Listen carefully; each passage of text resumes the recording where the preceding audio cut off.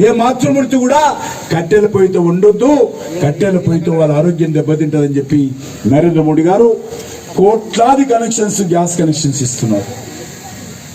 అంతేకాదు ఎవరైనా అనారోగ్యానికి గురవుతే చాలా మంది పేదవాళ్ళు బంగారమేమో, ఆస్తులమ్మో, అప్పులు చేసో ప్రైవేట్ హాస్పిటల్లో, పెద్ద ఆసుపత్రులలో ట్రీట్మెంట్ తీసుకుంటున్నారు.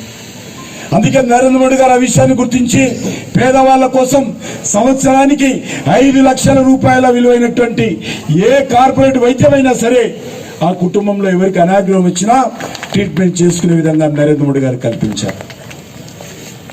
ఇంతకుముందు చెప్పారు, ఏ ఒక్క ఆడబిడ్డ కానీ, ఏ ఒక్క పేదవాడు కానీ, ఒక దళితుడు కానీ, ఒక బీసీ కానీ, ఒక రైతు కానీ, ఒక రైతు కూలి కానీ, ఒక చేతి వృత్తులు కానీ బ్యాంకు అకౌంట్ లేనటువంటి వాళ్ళు ఉండొద్దు, అందరికీ బ్యాంక్ అకౌంట్ ఇవ్వాలని చెప్పి నిర్ణయించారు.